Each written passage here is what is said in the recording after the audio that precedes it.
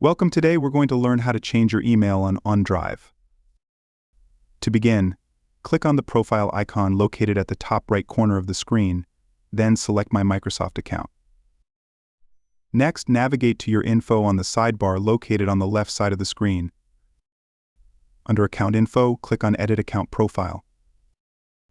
You'll be prompted to enter your password. Once done, click on Add Email. You can either provide an existing email or create a new one.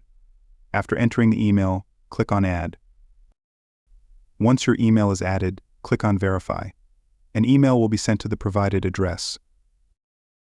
Open the email and click on the verification link.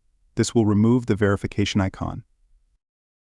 You can now set the new email as primary by clicking on Make Primary.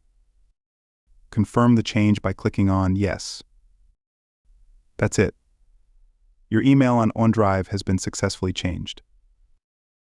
If you found this video helpful, please consider liking and subscribing. Thanks for watching.